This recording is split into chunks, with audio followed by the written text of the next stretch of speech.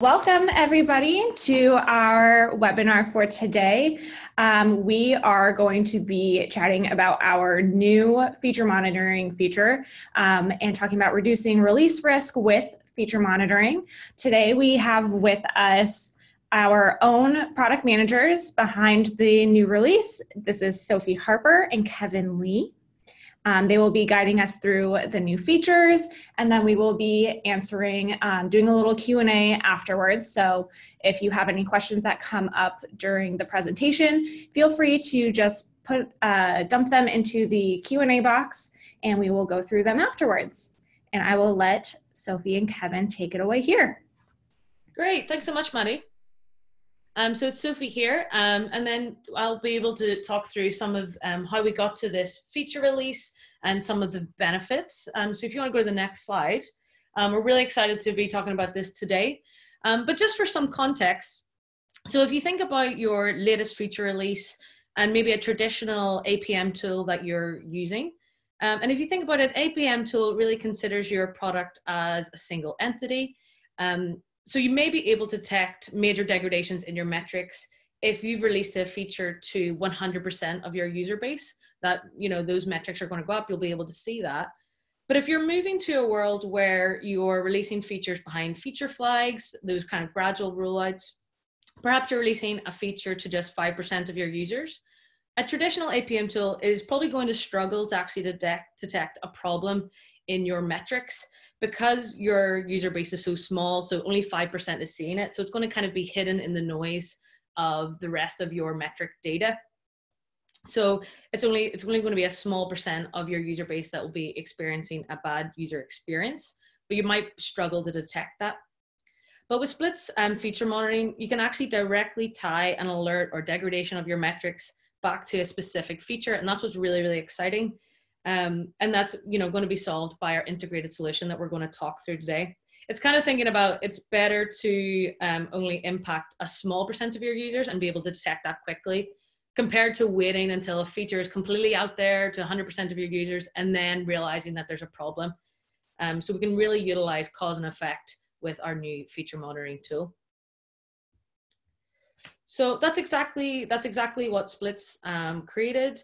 It allows you to have automated detection and alerting of user performance and errors and other metrics that you really care about and that you want to be alerted on if they degrade, and then being able to tie that back to a specific feature. So this dramatically augments the feature management capabilities offered by Split.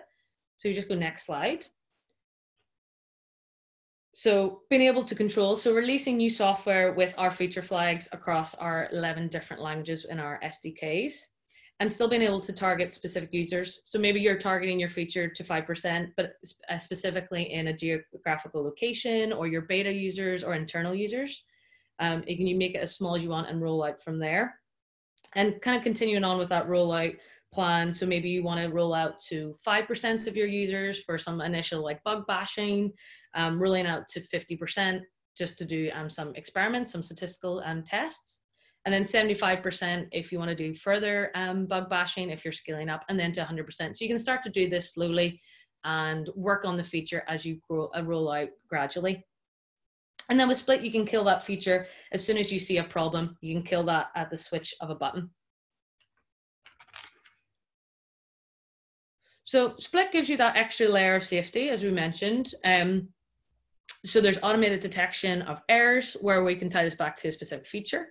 And then within our alerting system, you can actually configure what alert goes to who.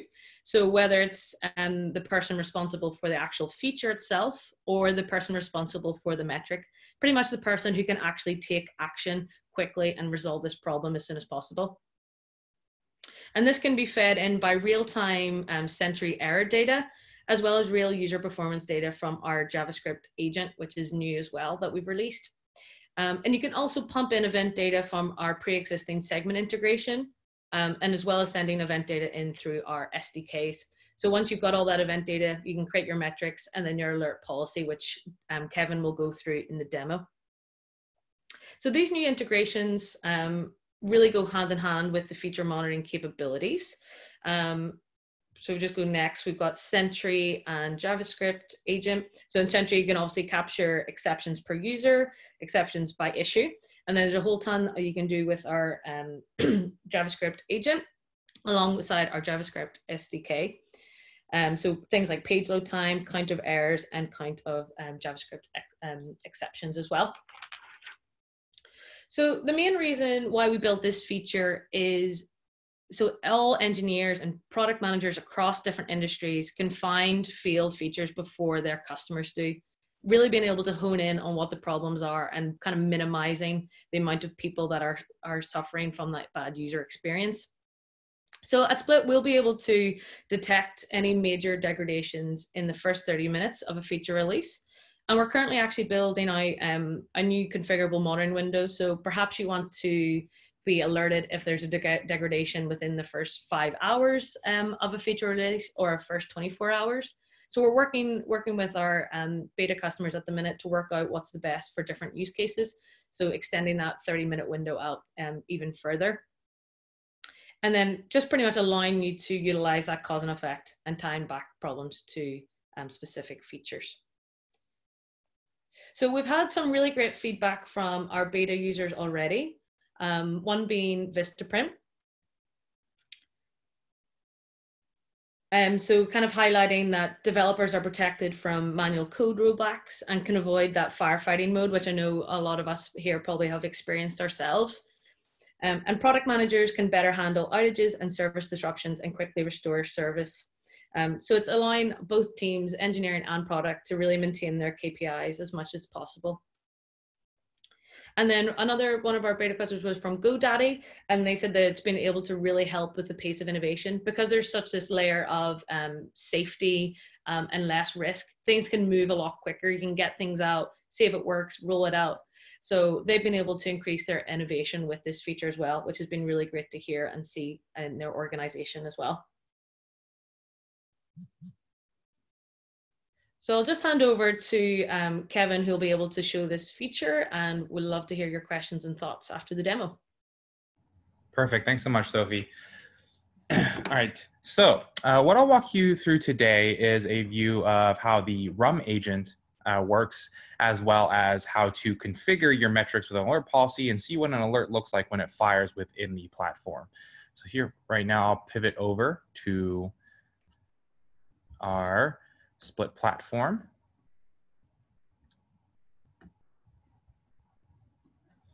Okay, perfect. So where we'll start today is actually just really quickly take a quick look at how the Rum agent itself is set up. So these docs are live, and we'll do it a little bit live today to actually look at how everything works out. But this Rum agent is separate from our existing JavaScript SDK. It's a separate package that you'll just go ahead and input into the head of any of your UI pages. And that Rum agent's simply really just a timer. It's pretty small. And what it does is it goes ahead and starts measuring how long your page takes to load, as well as how long it takes for different resources to load. So you can see here, all it really takes to go ahead and initialize that Rum agent is to make this one method call here with an API key so that the Rum agent can start collecting all the data that it needs. From there, it'll start collecting a really pretty robust set of metrics. You can see it'll collect things like time to first byte, time to DOM interactive, page load time, as well as a number of errors built into the agent there. Now, just to take a quick look at it, you can actually see I've put together a really basic page here. You can see I'm initializing the Rum agent here with a very basic API key and a sort of a dummy instance of Split. And what this is going to do for me is that every time I load this really, really basic page, so excuse me, I'm a product manager with a technical background. Obviously, this is a very, very basic page, but it's really just to demonstrate that it does have a page load time. So every time I refresh this, the Rum agent is actually going ahead and firing off a set of events over into the Split platform. So if I come over here to my demo instance, you can see I have a number of event types being pumped in here. Of course, one of them being page load time. So if I click into here, we should see that a number of those events that I've been firing are already firing into here with that key of Kevin. And it tells you exactly how long it's taking. This is always measured in milliseconds. So essentially, as I'm loading some of those images that I've just pulled from the internet, just saying, hey, 280 milliseconds, sometimes it's 135 milliseconds. And if I actually hit view here, you can see some extra metadata about that event itself as well. So obviously here's some information about what Oregon environment that's pumping from, but also captures things like the user agent and the URL in which that's firing from, right? So this is designed to make it helpful for you if you ever want to think about creating metrics on page load time for just a specific page or a specific URL within your application as well. Now, once you've pumped these events into the platform, and this is no different than how it exists today, you have the ability to define metrics off of those events. Metrics at the end of the day are just formulas for how you might want to have split, aggregate, and then measure how that feature is, how a given feature might be impacting some of these event streams that you care about. So for example, we were just looking at page load time. You can see here I'm now looking at a metric definition, and that definition simply is just saying, hey, I generally want page load time to go down, and that's what's good for my company. I'm measuring this per user. And then we can measure that as an average of event values per user against that page load time event with a value field. So once I've defined that metric, I also have the ability now with this new release to define what we call an alert policy. Now, alert policy here will allow me to set a threshold for what do I want to be alert, at what sort of threshold do I want to be alerted on if I'm pushing out a new feature and Split detects that one version of the feature is causing a degradation higher than the threshold that I set. So you can see here for my production environment, I've set a threshold to say, if one variant of a feature that I'm pushing out causes a degradation of more than 5%, go ahead and notify the metric and Split owner. So we'll send an email as well as fire an in-application alert to be shown within Split on the given feature that might be causing that issue. Now, once you've gone ahead and set up that metric, set up that alert policy, all you have to do from there is really just start rolling out your features. So now if I click over to a Split, you can see here I'm on one called Kevin's Test. And I've just set this one up as a very basic 50-50 rollout, right? So say I'm just rolling this out to 50% of my customers. Here at the bottom, you'll see that there's a new section called Set the Alert Baseline Treatment. So every feature that you now roll out will also ask you to define an alert baseline. Now, if you're familiar with the default treatment, it's not going to be too different from that. In the same way that the default treatment is sort of your safe state that you want to roll back to, the alert baseline treatment essentially is that treatment that you want to say, hey, this is my steady state going in, right? In most cases, it's likely going to be off, likely the same as that default. But if you have a multivariate experiment, you might want to set a different default versus a different sort of baseline, which was your steady state that you want us to compare against to alert you if there was a degradation. So once you've set all of that up, as soon as you start rolling out your feature, you'll actually start getting alerts if we do end up detecting a degradation. Obviously, I fired all this data ahead of time, but now if we come over here to the alerts tab, you can see that that's already fired here in this case. So you can see in this case, I had a baseline of 100 or 99.94 milliseconds for the off treatment, and then a 130 millisecond page load time for the on treatment. Obviously, that creates a impact of 30%, which is of course much, much higher than that threshold of 5%. So we fired off that alert right here within the application. Now, once you get that alert, you can always come here and say, hey, we're obviously prompting you to kill the Split, so you should move this back to a safe state, or you might want to go ahead and dismiss this alert. In case it was flaky, you can always go ahead and back and readjust that threshold if it was, say, too low or too high, and you want it to be something else. So that you don't get this alert in the future, in case this wasn't something that was actually something that you feel like you need to take action on. And in that manner, that's really trying to bring all of this together, right? As Sophie was talking about, you're not going to be able to push out a feature to say 5%, 10%, and we'll be able to detect for you and alert you if that 5% or 10% is experiencing a degraded experience in comparison to the steady state that you had before. So I'll pause there, pretty short and sweet in terms of what we wanted to walk through there. It's meant to be fairly small in terms of the impact of what you actually have to do on top of any existing Split implementation you have. It's more or less just installing that Rum agent or installing that Sentry integration if you have it. And you'll then have the ability then to have these alerts automatically trigger for any of the features that you're rolling out. So Maddie, that's really the extent of the content today. We'll love to pause here for some questions. Great. Thank you guys so much. Thank you, Sophie, for walking us through how we came to this place and what some of our beta testers are using. And thank you, Kevin, for walking us through how the platform actually works. I will start diving into the questions, and Sophie and Kevin, I will let you guys fight for who's going to answer the questions. But I know the first one that we did get, a few people asked this.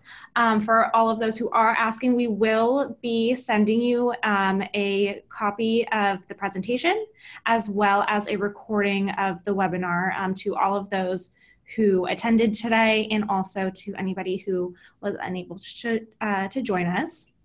But for more platform-specific questions, our first question is, does Split have an integration with Mixpanel? Segment was mentioned.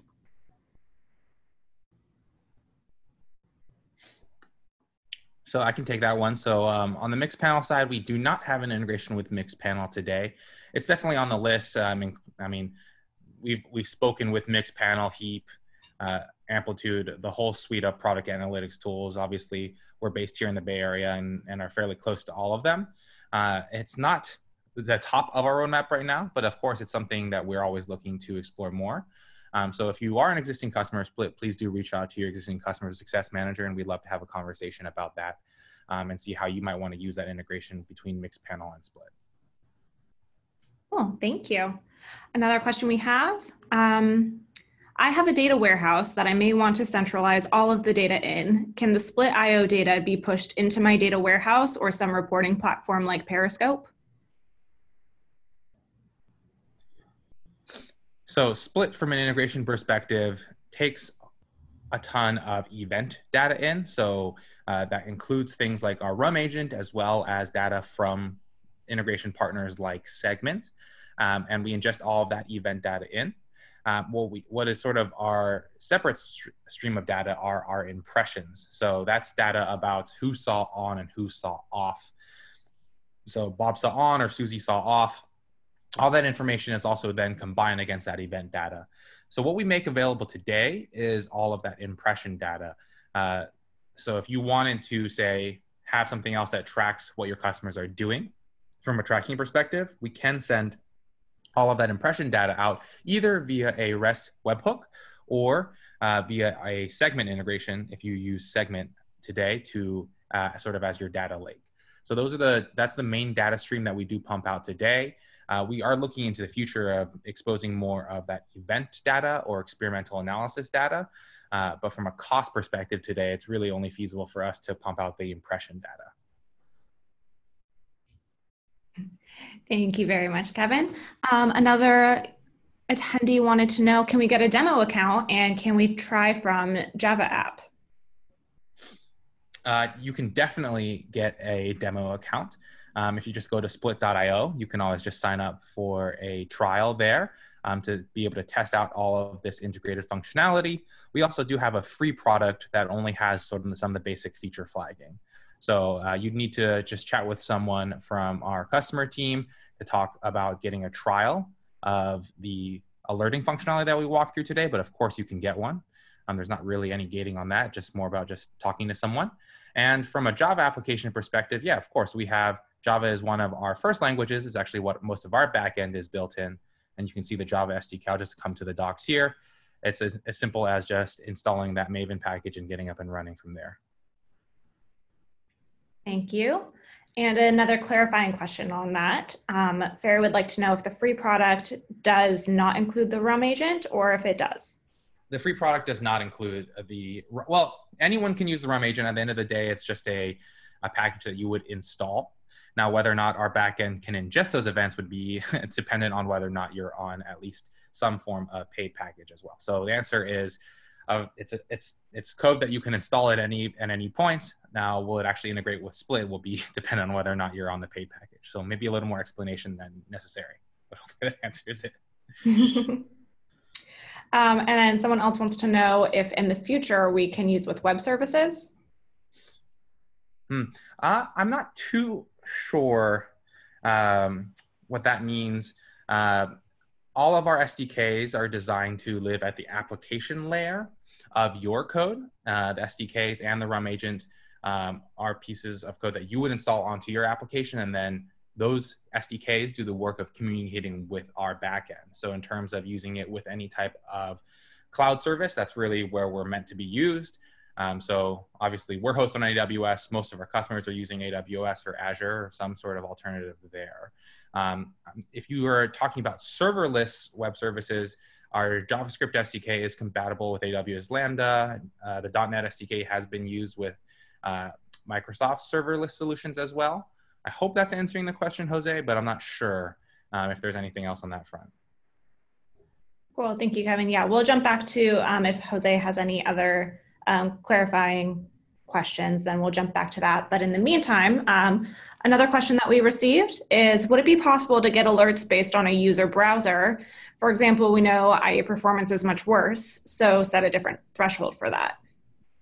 Yeah, so today the Rum agent captures the user agent, and so if the user agent is IE or versus Firefox, you'll be able to see all of that and set a sort of a filter on any of your metrics that you're defining, and set that as sort of you can set a specific, how would I say, a specific alert against a metric just for that type of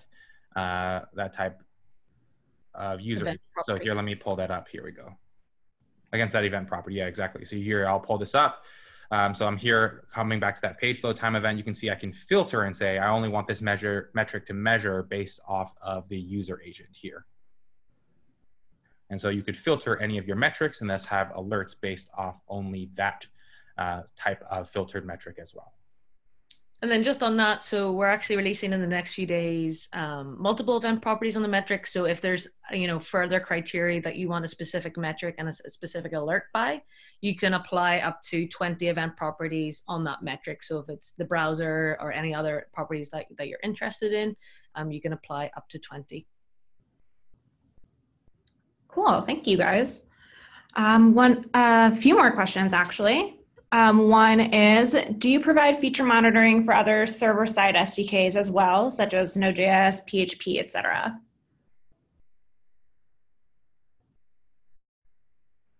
In terms of the out-of-the-box integrations that we've built out today, the first two that we've released in this initial push are that front-end Rum agent as well as that Sentry integration. So if you use Sentry for error logging across any of your back-end or front-end or mobile solutions, you can also get any of that error reporting through Sentry to us. Now, in terms of the back-end around how we process that data, that's sort of agnostic to those integrations. At the end of the day, those integrations that we release, we're just trying to make it easier for you to get the data that you need into Split's platform. And so for the initial release, we don't have a sort of a Node package or a PHP package to capture things like errors out of the box on backend services. But at the end of the day, the backend data processing that we're doing can always be leveraged against any type of event data that's getting pumped in. So if we come back to our documentation, come here to the Java SDK, every single one of our SDKs already does have what we call a track method built in. So if you wanted to fire data here, so here I'm coming back to our Java SDK, you can just see here that every one of our clients can just fire a track event. So if you already have something that can measure page load time, or you're doing a try catch to capture exceptions on your backend, you can always just fire that track event as well. And as long as you're doing that tracking on any of your backend services, our backend will then all still be able to perform all of that monitoring to detect if there's a degradation in any of those metrics that you might care about across the backend. But there is no sort of automatic data capture like we have for the Rum agent and Sentry today. Great. That might answer the next question as well in terms of how the metrics are used for determining alerts. They can be used against any type of metric, not just Rum or any of the integrations that we have pushed in. Great, thank you. And just so everybody knows, we're coming up on the last few questions, and we'll end after that. So if you have any last minute questions, make sure you get them in as we discuss these ones. But we have a little two-part question from one attendee. They'd like to know if they can have Split installed in a private cloud or if there is an on-prem solution. So Split today, the SDKs can be used in a private cloud as long as that SDK still has connection to the internet. The way everything works in terms of how our platform functions is that the SDK does need to be able to reach out to our CDN provider, which is Fastly, to boil down any changes to rollout plans, as well as send those events back to our backend to perform that data, that sort of computation. That web UI and all that stuff that we have today obviously needs to be hosted with us just because of the amount of data processing that we're doing for you. Having that installed per customer on sort of a private cloud is the difficult piece for us today. So it's not something we've fully explored and isn't immediately out of the box available today. Thank you. And then another question that we had, we have a New Relic customer joining us today, and they want to know if they can integrate feature alerting into the New Relic Alerts dashboard. That's a great question. Not today is the answer. We are in pretty deep talks with the New Relic team. They've been pretty up to date with all of these changes that we've been making. So something that's super high on our list to want to continue to build out, but not today. Thank you. And then I believe right now this is our last question, so we'll wrap it up after this. Do the metrics count against the regular metric count of your account? Would I need to create many metrics, for example, different API endpoints? Yeah, so any metric that you create for monitoring does count against your standard metric count for your account. But if there's something you're interested in exploring, I would definitely reach out to your customer success manager. This is a newly released feature, and we're definitely interested in seeing people leverage it more and more. So if there's a worry for you about hitting your metric count, I definitely reach out to your CSM and we can discuss from there. Great. Well, it looks like those are all of the questions that we had today. Again, we mentioned this earlier, but I will be sharing out both the slides and then also the recording of this webinar with Sophie and Kevin to all of those who registered and to all of those who attended as well. But I want to give a big thank you to everybody who joined today. A special thank you to both Kevin and Sophie for joining and for being such great drivers behind this release. We're all really excited to see how this pans out for all of our customers, and we're really eager to hear all of the feedback that everybody has for it. So I will conclude there, and we will see you for our next webinar. Thank you, everybody. Thanks all. Thank you.